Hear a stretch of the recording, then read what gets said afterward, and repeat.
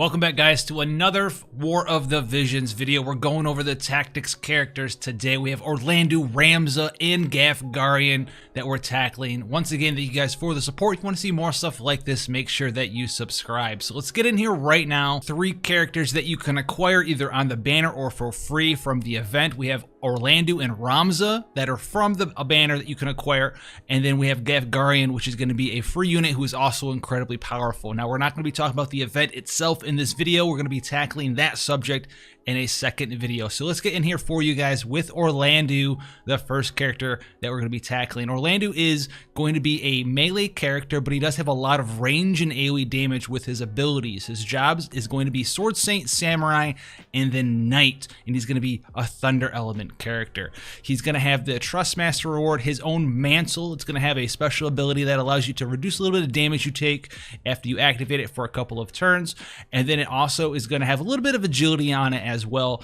because it's an accessory slot. This is a pretty powerful TMR. It's nothing super insane, but it is still a pretty great one out there just because that free agility, and agility is such a powerful stat in War of the Visions. Now, his LB is going to be physical slashing thunder elemental damage, deals large amounts of damage to targets within the area, and gives himself haste for 3 turns. It costs 58 AP, and you can use it 1 time. It looks super sweet, and it's quite a strong skill because of the amount of damage it does, the amount of haste that it gives you, and it's the AoE as well on top of that. It's just absolutely phenomenal as far as a character is concerned. You can see the little AoE here, a meter. Pretty good range, and then it goes out 2 squares from the target. So very strong, range of 1, height of 1 as well. So his master ability is going to give him extra slashing attack as well as some defense, which is pretty notable because he's a damage dealing character. Most damage dealing characters don't get any amounts of defense whatsoever. Orlandeau is actually going to be able to do that for you. His agility is going to be 55, so nothing super high, but 2.3k HP, 281 attack, 108 or 116 AP, 123 TP, move of 3, jump of 1. So he can't really move around very fast, very far, but he's not like super slow. He's pretty slow in the agility, but he's not like super slow. He's not in like the 50, sub 50 range. He's got a little bit of agility to work with there. Now, as far as his stats on the board, you're going to be able to get some defense of 2, HP plus 15%, some dexterity, some luck, a tiny bit of agility of 5, a little bit of attack, and some HP. His main job is going to be the Sword Saint job, and these are the skills you're going to be tackling right away. So we have Black Lion's Crest, which is going to be an attack buff for yourself. It's going to make yourself immune to blind, paralysis, and sleep for 3 turns. We have Armor Crush, which is a defense break for the target for 3 turns, and deals a little bit of damage to it. So he's got a little bit of support utility there with himself, with his own attack buff, as well as the defense break. He's got Dusk Blade, which can steal some TP and heal your own TP as well if you're looking for a little bit of a denial TP strategy. Now, he has a big buff here as a passive Thunder God. We've seen this from a soldier before. This is basically the same sort of passive that soldiers do get. This goes up to plus 60% attack and then reduces your resistances to all type of damage by 8%. So this is the same sort of passive like Stern has, except this is not a soldier passive in this case. Orlandeau's just kind of stealing that passive and making it the Thunder God passive in this situation. Now we have Crush Helm as well, which can reduce the max HP of the target by 3 turns, which can be pretty useful if you can actually land this ability. And remember, certain things like the Crush Helm, certain debuffs and buffs and stuff of that nature, you're gonna have a little bit of a better time with higher faith. So that might be something you either ignore entirely because you don't want Orlandeau to take magic damage, or it's something you kind of go for with this max HP down debuff, which you can use in PvP on certain targets, right? Maybe use it on a tank, do a little bit of damage, reduce their HP. Or maybe you just go ahead and you try to one-shot that tank. Who knows what's going on in your strategy, but that is something that he does have. Now, he has Auto Refresh as a reaction ability, very strong. He's got a chance to actually just give himself AP when taking damage. So this can just keep you battering yourself, right? Just keep using moves and moves and moves and moves and moves. Very strong. He's got War Sense as an ability here. It doesn't give you a maximum HP bonus and increase your jump by 1. So if you're on like a rocky terrain map, you can put this on and increase your jump. Very strong. We have Shadow Blade, which is an HP stealing ability here. Does a little bit of damage and then siphons that health and gives it back to you. We have Crush Weapon. On top of that, that deals heavy damage to the target and decreases attack for 3 turns. We also have Divine Ruination, which deals moderate damage to units within the area and reduces the resistance to the thunder element for them for 3 turns. Very strong skill for Orlandeau because he's a Thunder Element unit. A lot of his skills are Thunder Elemental, and this one also does AoE damage, and it's got some nice range on it. So you'll be able to crack the Thunder, Divine Ruination, bring them down to their knees.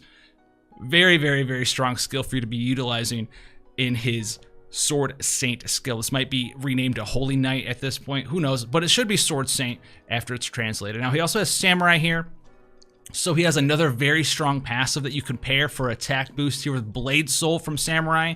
Boosts your attack and your evasion rate and lowers your defense. I think this goes up to at max level plus 25% attack, so you can have this as a passive. You can have his Sword Saint passive, the Holy Knight.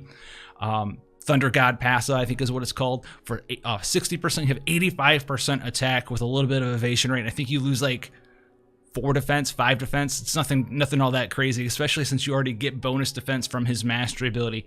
Very strong. He has meditation for bravery buff, but he also has the very important illusion ability that samurais do have. If you're going for some sort of evasion team, he's got a evasion buff for your party there with illusion. But outside of that, we just have your traditional samurai stuff. We have hand for some small damage that you probably won't want to use. We have Third Eye, which is a counter that can increase your evasion rate, so you can use this instead of his very powerful auto refresh counter. And we have just your other traditional samurai skills. Large damage to a target and gives you Machina and Stone Killer. You could use this when fighting those enemy types. Raise your own attack and critical hit rate for 3 turns, but we already have a Black Lion Crest for the attack rate buff. If you're not using the Samurai subtree, it's more of a reason to go ahead and continue to use the Sword Saint subtree. We have the Night Veil, deals small damage to targets around self and chance of inflicting blind. So nothing super insane in there, but the most prominent stuff that he does have is going to be the Illusion active from being Samurai, as well as the Blade Soul passive that you can use on any of his subtrees, whatever one you want to use, whatever one you want to set. You can set Samurai, you can set Knight, you can set Sword Saint. You're gonna be able to have that passive, which is very strong passive on all of his subtrees. Lastly, we have Knight, which is going to be a large amount of his supportive aspects. We have Divine Healing for some HP recovery with a little bit of max HP up. We have Power Break for attack down. We have Arm Break, which allows you to try to inflict disable for 3 turns so you can't be hit by a lot of different things. You have Divine Protection as a passive that you could go for, which erases your debuff resistance. We have Trinity Break, which is an attack, magic, and agility break for 3 turns. We have Magic Break for magic breakdown.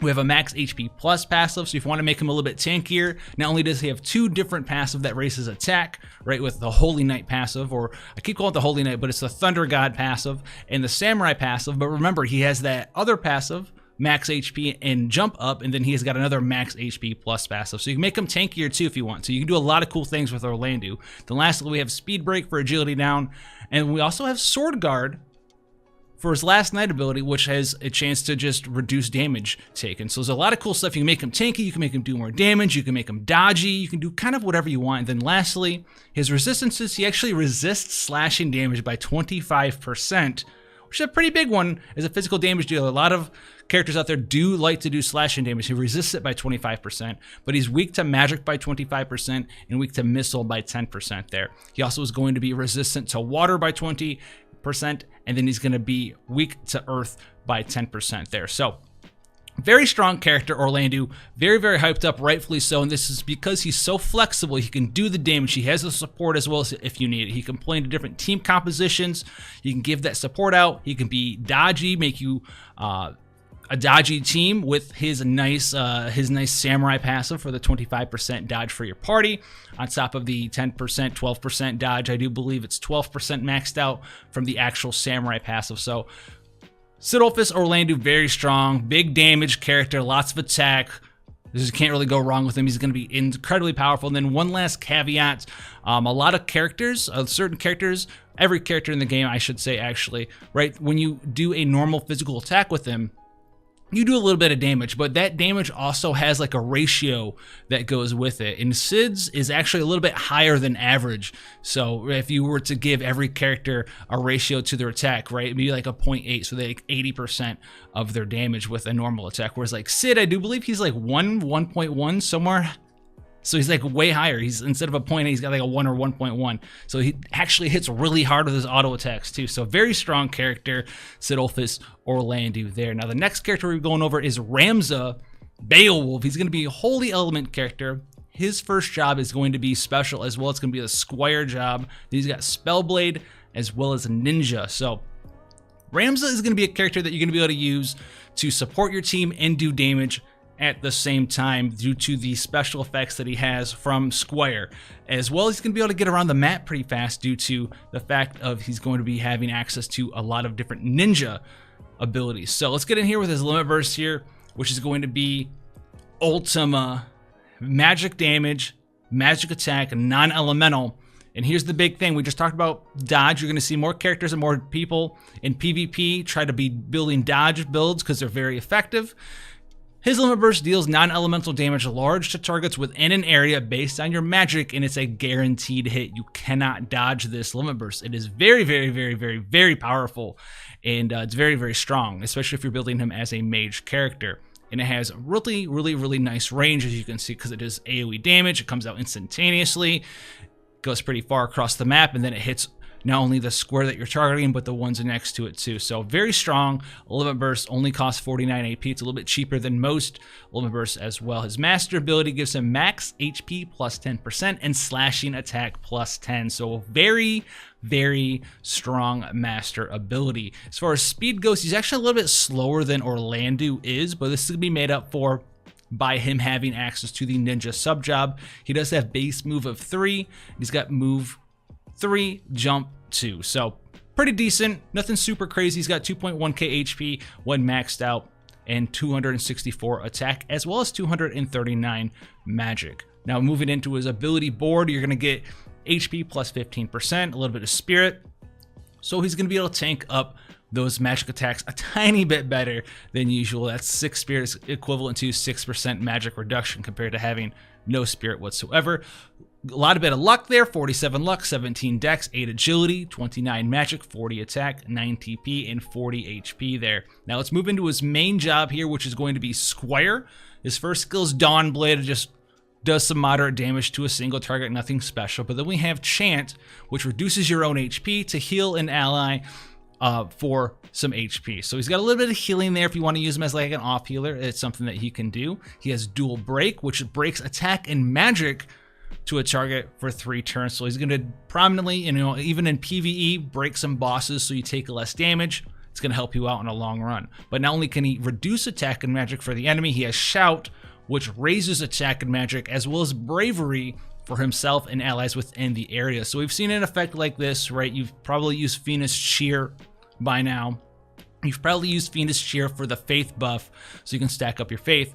But this is an attack and magic buff that you can put on multiple people all at the same time. This can be pretty prominent to increase your damage, right? You can increase the damage of your party, reduce the damage of the enemies, and then get going in there. He can also do damage with triple attack, which deals moderate damage 3 times to a target. So we've seen ninjas have something like this with Dream Within a Dream, where they attack 3 times. This is going to build a chain for you. So if you have like your Ramza and a friend Ramza, you go in there, use triple attack, it's going to build boom, 1 hit, and then another hit, chain 1, and then another hit, chain 2, and then the other Ramza will go chain 3, chain 4, chain 5. It's going to be very strong. Very nice way to build up a chain so you can do some nice damage to an enemy there. Another way to increase damage for your party. Chain building has attack and magic buff. You kind of see where we're going with this, so very strong stuff there. Now we have Squire sub commands. I almost said, I was going on Squire Squub commands, but Squire sub commands, say that 3 times fast, and support and reaction ability. So we do have Stone, so he can join the Mont Club here with Stone Throw. But luckily, thankfully, he only gains access to this if you have him set as Squire sub. I'm gonna mess that up so many times. Or we know the AI update is coming where you can turn that off. He also has Cheer, which increases Brave for allies in the area. He has JP boost, so you're gonna be able to actually earn more JP for Ramza faster if you're trying to max him out. Obviously, this won't be a passive you're gonna care about in the long run. Once he's maxed out, you have all of his job points, right? All of his stuff maxed out. You don't need this passive, but it's gonna help you level up all of his job abilities to max level much quicker because he actually has JP boost as a passive. And then we have Counter Tackle, so you have the ability to reaction counter somebody and push them away from you, which could help out. We have Tailwind or Yell, which increases speed for an ally, and you can use this twice. So this is actually a pretty big one. Speed and tactics is very, very, very, very, very good. and he's got an actual speed buff. So not only can he chain well, not only can he buff attack and magic, he has got a speed buff for an ally. And you can actually stack this 2 times. So you can use this in conjunction with a lot of cool things out there. And you can do crazy stuff with like Tailwind and agility buffs and say a thief, right, who's got access to the ability to steal ATB from an enemy. If you're doing a big boss later on, you Tailwind your party up, you make them really fast, and you're stealing CT gauge from the enemy with your thief, and then you're building chains. Enemy doesn't get the move because you're going way faster than them. They're going way slower than you because you're stealing their CT. You build up chains, and you have like chain 5, 6, 7, 8, 9, 10, 11, 12, and then the enemy's dead because you're doing so much bonus damage to them in a weird party composition like that. There's a lot of cool things you can do in War of the Visions, and speed is pretty much behind all of the broken stuff, and he actually has a speed buff for your party. Now, the last thing that he has here is a passive of move +1, and this isn't even his ninja passive. Remember, he's got base move of 3, jump of 2, and he's got a passive for move +1, so you can move that up to 4 move, and we haven't even gotten to ninja, and you guys already know he's going to have the ninja passive for move and jump +1, so you're going to be able to move up to 5 at a time, which is amazing. Now, Spellblade, though, we have a passive to raise your magic attack resistance and dark resistance, so you can resist that. We have Bioblade, so you can poison, resist magic, so you can raise a magic attack resistance for allies within the area. So that's another supportive option that you can do with him. So he's got speed buffs, attack and magic break, and if you're going against a boss or an enemy that does a bunch of magic damage, not only you can reduce their magic stat, but you can actually reduce the magic damage they do further by buffing your team against it. We have Banish Blade that does extra damage against dark units. We have Magic Guard, which is a reaction ability for Ramza that's going to reduce magic damage that he takes when this activates. We have Banishka Blade, which is pretty much Banish Blade but better. And we have Taunting Spell, which is going to be a pretty unique thing for him as well. We have Taunting Spell, deals small damage to enemies based on your magic within an area, but also gives you threat for 3 turns. So you can also make him like some sort of weird off tank, very mobile, 5 speed, 3 jump, or 5 move, 3 jump, ninja sort of thing. He's not gonna do, he's not gonna have that base thick tankness, right? He's not gonna be like Engelbert or even Mont or anything, but it's a weird thing that you can do with him in these battles where you can make him tank temporarily, maybe swap back and forth between your main tank and then use him as an off tank, something that you can do there. Now, his last job here is ninja. He has access to Hide, Shuriken, Poison Mist, all the traditional ninja stuff, Utsusemi. He does have Shikuchi, so move +1, jump +1. If you have this in conjunction with his other move +1, that brings you up to move 5, jump 3, very strong. Doton, Decider of Fate, and Poison Barb. Honestly, you're never really going to have him set as ninja. You could, because he does have Doton, so if you're trying to Earth Elemental Chain with some of the future Earth units or some of the ones we have right now, you could do that with him. But most of you guys out there aren't going to actually be using him as a ninja, but you are going to be using the fact that you gain Shikuchi from him having access to the ninja sub. He also resists slashing damage by 15%, as well as, I almost called it fisting damage, punching damage. With striking damage, that's with striking damage by 15%. He also resists missile by 15%. The only thing he's weak to is actually 10% weakness to magic. So 10% weak to magic and 10% weak to dark because he is a holy element there. So he actually has quite a bit of nice resistances. 50% resist to slow and silence, as well as 10% reduction to, I do believe that is Confuge at AskJeeves.com, but very strong character as well. So he's like a weird supportive offensive character, Ramza is. And then Ramza's close, actually, let's check this out really quick. Ramza's close, 422 HP, and gives you, that's what it is, 12 critical evade. The ability on it is TP regain, so you can use this very powerful skill, very similar to someone like Ziza's TMR, where Ziza will give you AP regeneration for yourself. This is if you're in a long fight or maybe like a tower event that we know is coming down the road where you can go from boss to boss to boss, but you slowly lose TP over time. This can allow you to regain TP on your healer or your support or your tank or whoever it is that needs extra TP over the course of a long fight. You can only use it one time, but if you can max this out, you can give yourself access to a few other heals. So very strong TMR to have access to. It's one of the better abilities for those long drawn out encounters, in my opinion there. So very strong character, very strong TMR. There's nothing really bad to say about Ramza outside of, he's not a full-on anything. He's like a jack of all trades, master of not all trades, but he's very nice at the ability to buff up your team, buff up their damage, buff up their speed, reduce the amount of damage that you take, and do some damage in chain by himself. So very cool character. Now the last one we'll be talking about obviously is Gaffgarion. So Gaffgarion isn't on the banner. You guys should all have access to him, and I will say right here, right now, if you want to skip this part, we'll make it very easy for you. If you don't have a dark character that you've been working on, if you don't have a dark character you've been putting your heart and soul into, especially if it's someone not named Stern, the Gaffgarion is going to be someone that you guys are going to want to work on. He's going to be a very, very, very, very strong character. He's an MR character, so he's not going to be taking any of your rainbow spheres, and he does a lot of damage now. He does a lot of damage. He's a Dark Knight Warrior Monk Dark Elemental character, and that MR means he's going to be pretty easy to work on in comparison to a lot of the URs out there. So unless you're working on, and you've put a lot of time and investments in the Awakened materials for a lot of your other dark characters, right? You're on Awakening 5, you're on Awakening 6, and you're still trying to max them out with everything you have, Gaffgarion is going to be grand slam, no brain. You're putting your effort into this guy. Now, even if you are working on those characters, still pick up everything in the event for Gaffgarion, and you're still going to want to work on him even then. So everyone should be working on Gaffgarion. I'm working on Gaffgarion. You're working on Gaffgarion. Oprah's working on Gaffgarion. We said that word now, so we're probably demonetized. But let's get into why Gaffgarion is just so powerful. So we have his TMR, which is the Vermilion, and we can touch on this real quick. It's going to be a pretty basic TMR because he's an MR unit. It has the chance to inflict confusion when you hit somebody with it. It does have 122 attack on it, 5 crit, 68 HP, so nothing super crazy, but it will take up the TMR slot for you.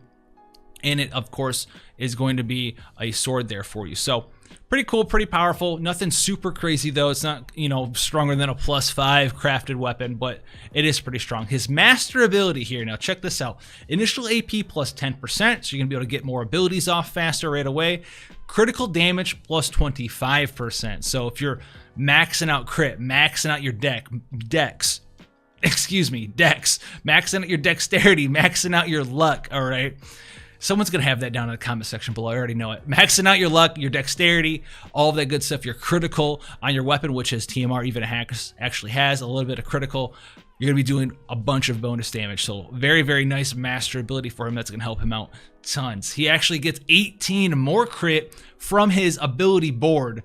So that's very strong, and 10 agility, as well as 72 luck, 35 dex, and 85 attack. So he's all in damage character, okay? Now we have Dark Knight commands, his main job. Let's move in here. The Dusk Blade, TP steal, so you can steal TP from an enemy. Weapon bash, a little bit of damage, nothing crazy there.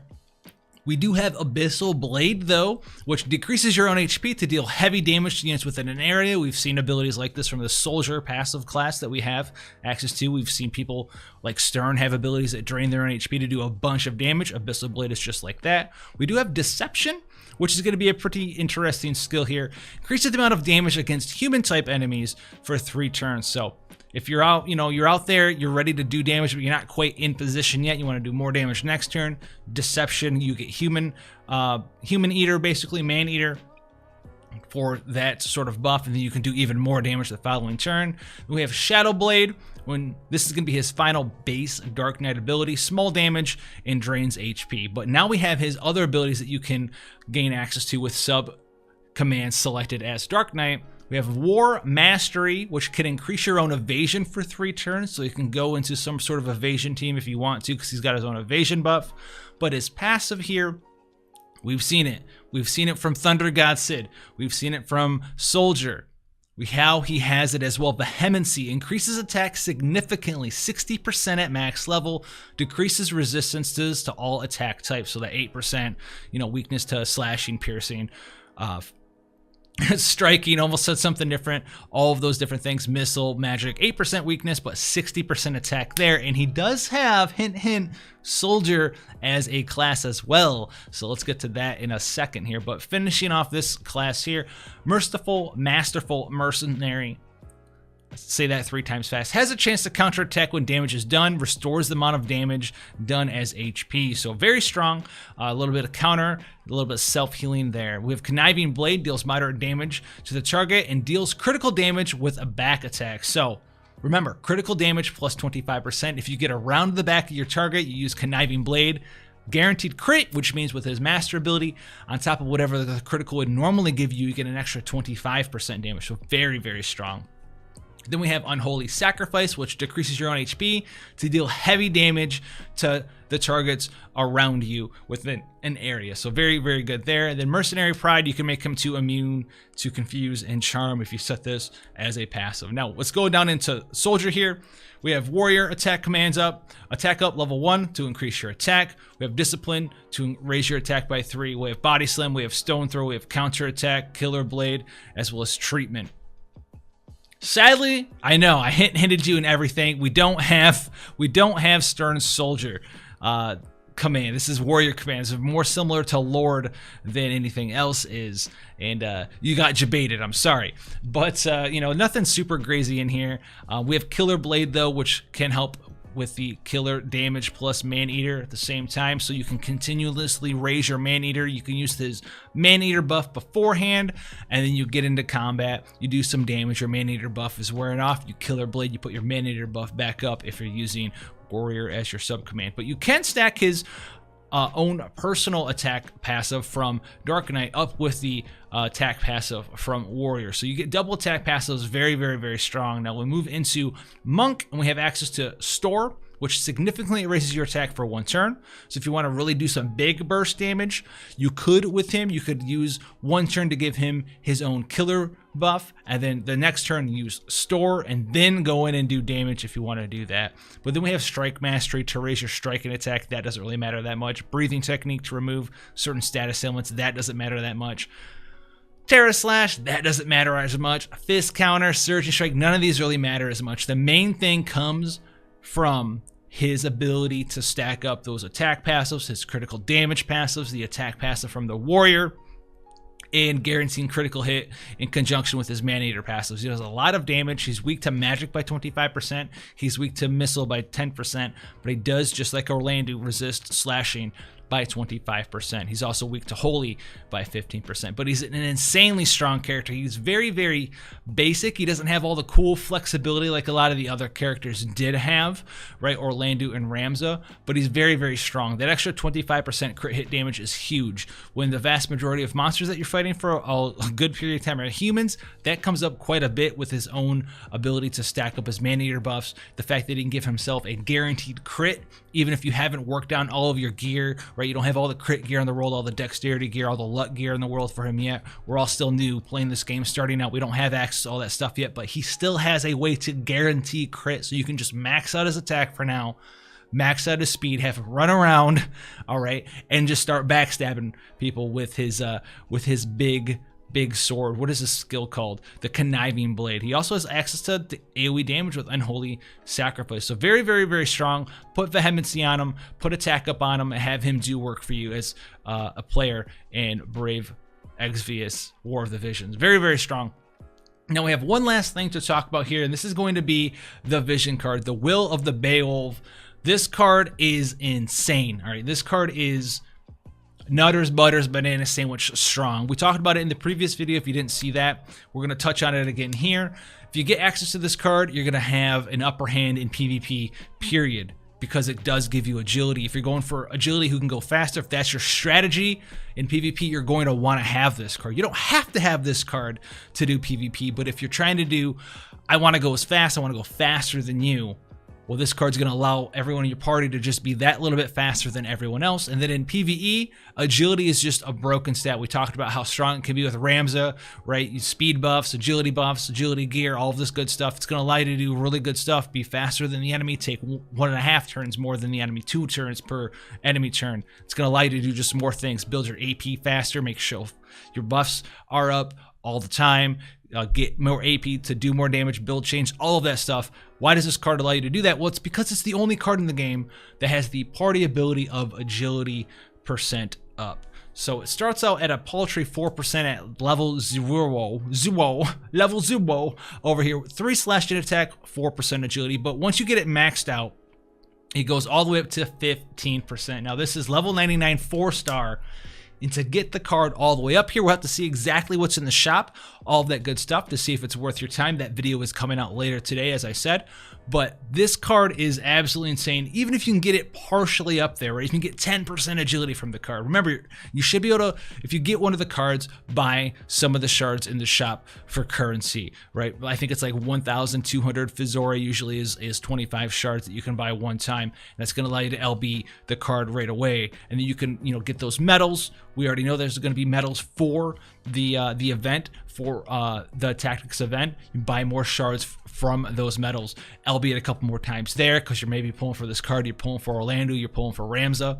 If you can get this card LB1, LB2, LB3, you're going to be sitting really pretty, even if you can't get it all the way to LB4. And we already know that Tactics is getting rerun in JP right now, which means 4 or 5 months from now, it should be getting reran here, and this card is there as well, so you can finish it later on too. So that's another cool thing. It is a time limited card. It's very, very strong though. The party agility buff, it's the only card in the game that gives agility to your party, and then you can go crazy with this, because if you want to make one of your characters especially fast, right, you have this card maxed out or near maxed out, you're getting 10 or 15 agility from this card for your whole party, which is huge. And then on top of that, whoever has it equipped is getting slashing attack damage, so it works well on a lot of the best damage dealers in the game, at least all the physical ones. And then on top of that, you can have someone else in your party wear a card that has the effect of agility up. Not a party agility up, but something like Cacto or Secret Orders that gives agility to the person that has the card equipped, and you get like 10 agility from that. So you get 10 agility for that person from them wearing the Cactar card specifically for them. And then another 15% on top of that. You're going to get characters with 25% agility just from vision cards and how you have it set up. So it's a very, very, very powerful card. We're not be pulling tonight on this banner, but we will be pulling on this banner Thursday on live stream, 7 p.m. So if you want to see that, don't miss it. It's always a good time when we pull. It's going to be a big one, I think, because I'm trying to get this card. We're trying to get in there. We're going to be fighting hard for it, fighting strong. We'll see how many we can get, and it's going to be a good time. So come, make sure you go ahead, hit that link down below, twitch.tv/howls, hit the follow button so you get notified when we start streaming. Thursday, 7 p.m. is when we're going to be doing the pulls. It's going to be a good time out there. And let me know down below if you're pulling for Sidolphus, Orlandeau, Ramza Beowulf, Ramza's clothes, Galford Gaffgarion in his Vermilion, or if you're going for Will of the Beowulf here. So very strong characters, very strong banner, and there's not really a whole bunch of characters that are just as powerful as this. There's some other really good characters, but there's so much goodness on this banner. There's no wrong way, right? The MR character that is free is amazing. Ramza's amazing. Orlando's amazing. The card's amazing. There's just so much amazing stuff here, and you kind of have the little bit of peace of mind that if you don't finish everything and you're a big Tactics fan, 4 to 5 months from now, we should be seeing it come back, and you're going to be able to try to finish it then. So stay tuned for that video that's coming out about the event. So if you want to go ahead and pull on this stuff or see if it's feasible, this is sort of a character review, why they're powerful. The feasibility review will be the other video that's going to go over all the in-game information that we have, how much certain stuff costs in the shop, all of that good stuff. If you want that information, go ahead and check that video out. I'll put it in the description of this video as soon as that video gets done. But if you want to see that video when it comes out, make sure you hit the subscribe button so you get notified on YouTube when it's released. And make sure you have that bell clicked, because if you're subscribed and the bell's not clicked, YouTube doesn't care. So until then, guys, thank you for coming and hanging out. Stay safe out there, and I'll see you guys in the next video.